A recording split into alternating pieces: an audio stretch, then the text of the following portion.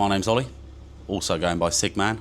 This is my E36 Touring and we're going to be doing a full in-depth build on this, turning it into a turboed drift car. I'll explain more later on. And what you're probably thinking is, brilliant, another E36 being built as a turbo drift car.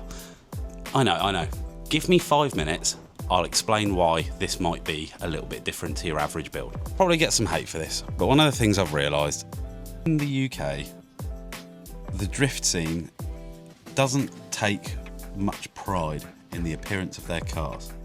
But a certain country, now they come out with some incredibly good drift cars. Poland, the drifting game is on a completely different level.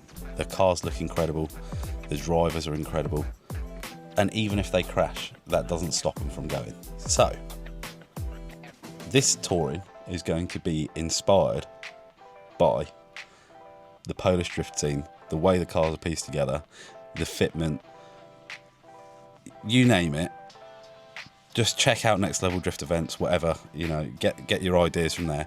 I've got some ideas. Turbo 36s, turbo BMs have been done a few times over. For a start, I didn't say what kind of turbo or what kind of engine. So, moving to the engine bay. That 2.5 is now a big hollow space.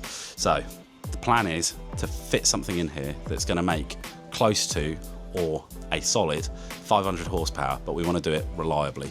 The world is our oyster.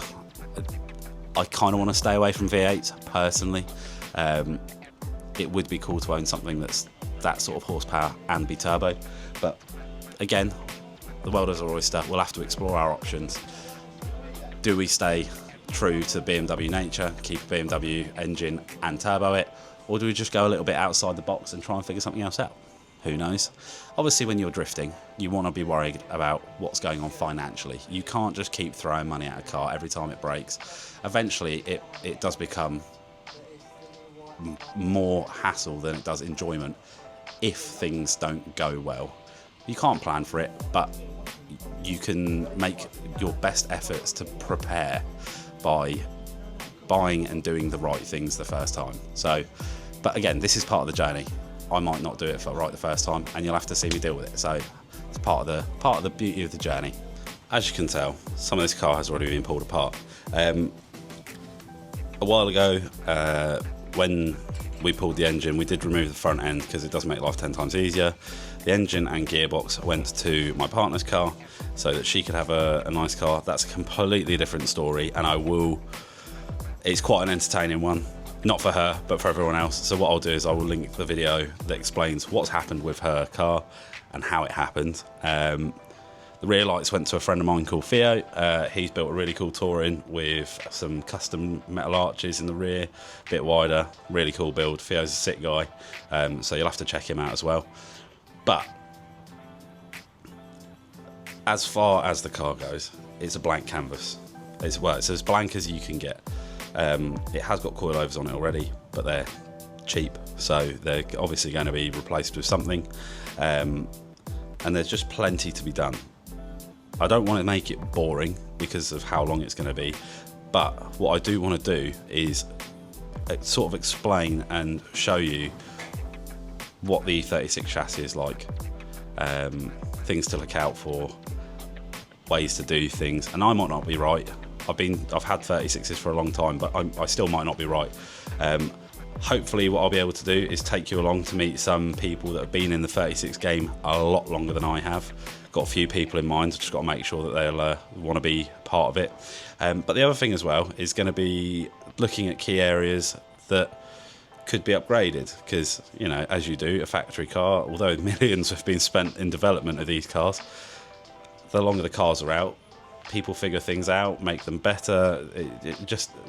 Things change, and that's where new parts come into play. One of the things I'm going to have to do with the build in the state that you can currently see it is, figure out what kind of poly bushes I want to use, what's going to be, what grade of polyurethane is going to be right for the kind of application the car is going to be used for. Braking, stopping, obviously an essential. If you're going to be going fast, you need to stop just as quickly. And it's just going to be bits like that we're going to be looking for, or looking to bring people on board, so that we can also promote other brands whilst building the car. I already work with a pretty cool brand, and I say work with because they don't do sponsorships. If you have some cool stuff and you're just a nice person and a cool character, you can be looked after by this brand. Obviously, if you know who I am, you know who it is. It's car cleaning, it's Maguire's. They're like by far the best in the game, as far as I'm concerned. Obviously, people are entitled to their opinions. I just think that their stuff smells good. It's very, very user friendly. In the grand scheme of things, it's going to be a case of piecing together a car with effectively nothing to start off with, and seeing how far we can go with it. It does go without saying, this is a big project. The car is standard. It is currently a rolling shell. It did start off life as a 2.5 litre automatic Touring. The Touring is still there. The engine and the gearbox are not.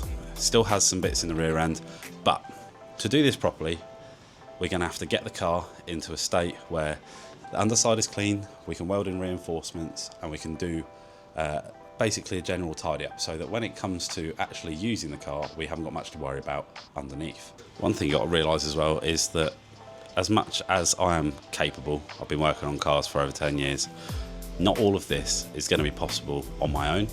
So we're going to have introductions to new characters who are going to be a repeat on the channel. We'll probably try and figure out a little bit about them as we go. But overall, it's going to be quite an inclusive thing. There are some companies that I want to work with that aren't UK based. If I can't end up working with them in the way that you would like to work with them when you're building something like this, then it's just going to be a case of buying the parts and using them. In my mind, I've already committed to, I know that there are certain parts from certain companies I would like to use. For the most part, I've got all the tools that I need. Like I say, used to be a mechanic. I used to actually be a BMW technician, so I used to work in a main dealer. Then came out, I now do roadside breakdown. I mean, there's only 2 really big companies who do that, so I'm sure you can figure out, or if you follow me on Instagram, eventually you'll figure it out. I have most of the tools that I need, but I don't have everything. So this is where speaking to companies and trying to get people on board is probably going to be essential.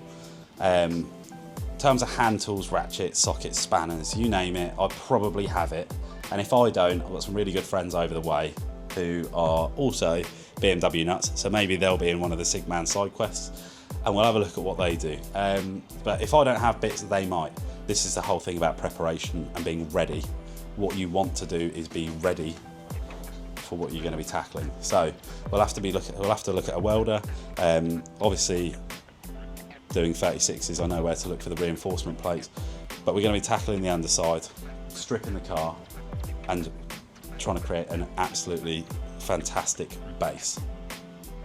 What I'm going to do, let me just throw in where my inspiration came from. So not long ago, I went to Alt Race in Poland, and I was absolutely amazed. I've seen cool cars, but I don't know what it was about this one specific Touring that was at Alt Race drifting, but it just resonated with me in a way that a car hasn't in a long time.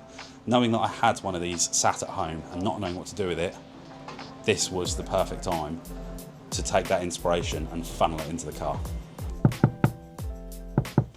Can you hear me from out there? Look, Susanna has a really cool Touring. They also have a business that I would love to work with called Old Wagon Garage. Again, I'm going to tag their Instagram in here. You need to go and check them out.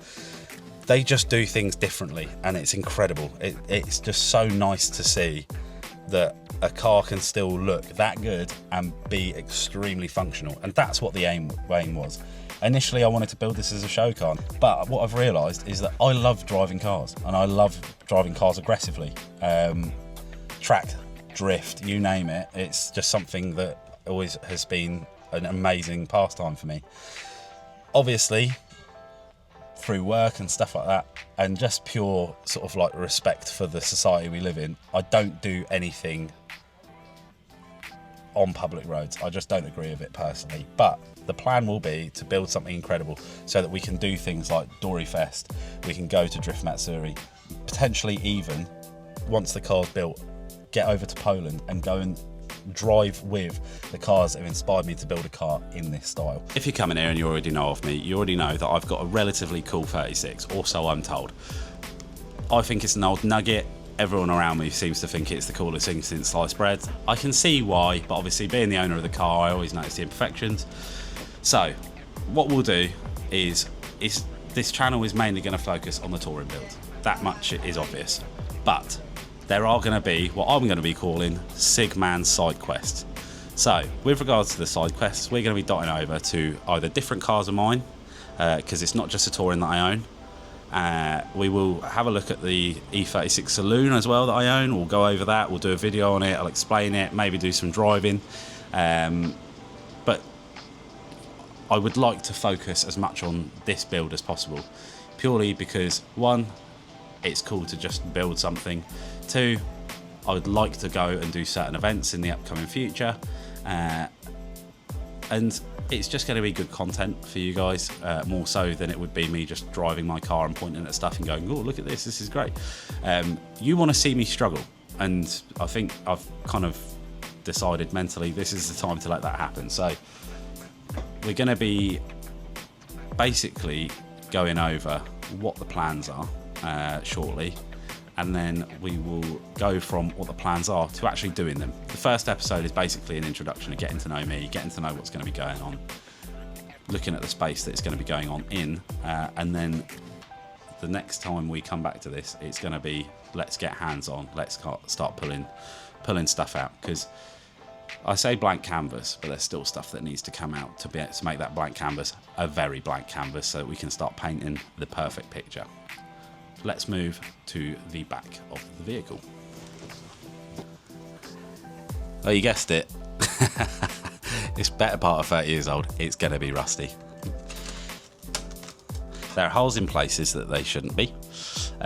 Things look horrendous. This obviously has had a knock at some point in its life. We're going to be ripping things like the boot lid off. We're going to be stripping the interior, because obviously when you go for drift car / race car, safety is a massive part of that.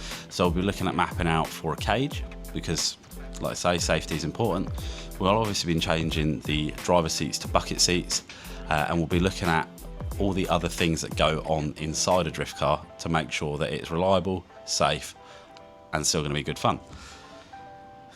Bodywork wise, let's be honest, we're going to be getting rid of the bumpers, getting rid of the stock side skirts.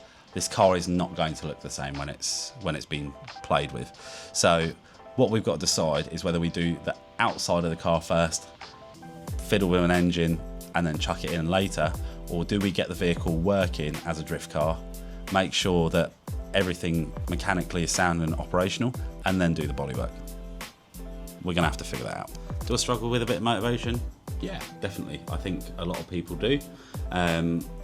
This is why you've got to appreciate YouTubers who are putting out content, and good content at that, because it's not easy to juggle a home life, a work life, and be doing things like this for you guys. So it's a mixture between, one, it's going to be a bit of a docu-series. We're going to go in depth with regards to what we're going to be doing.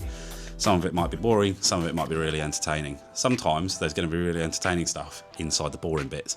But the whole idea is that you're going to be able to come along for a journey and a bit of a proof that you can build sick cars in a not so great space. So let's show you the space we're going to be working with, and then we'll be doing a bit more about the cars and a bit more about what the channel's going to be like as a whole. Right, well, this is going to be the welcome and introduction to the unit. So, as you can see, it's a low-pitched unit. It has got space for two cars, but in theory, you only ever want to be working on one car in here. Got a workbench, got a TV, a few shelves for storage bits, and as you can tell, it's a bit of a mess at the moment. What we're going to do is we are going to focus on figuring out what's going to be happening with the build, and potentially doing some sorting out of the unit. And yes, if you follow me on Instagram, I've been meaning to do this for a long time. So this is going to be the beginning of the journey, turning this stock E36 Touring into a 500 brake ripper, and we are going to have fun doing it. So hopefully stick around and you'll be able to see what happens with this car.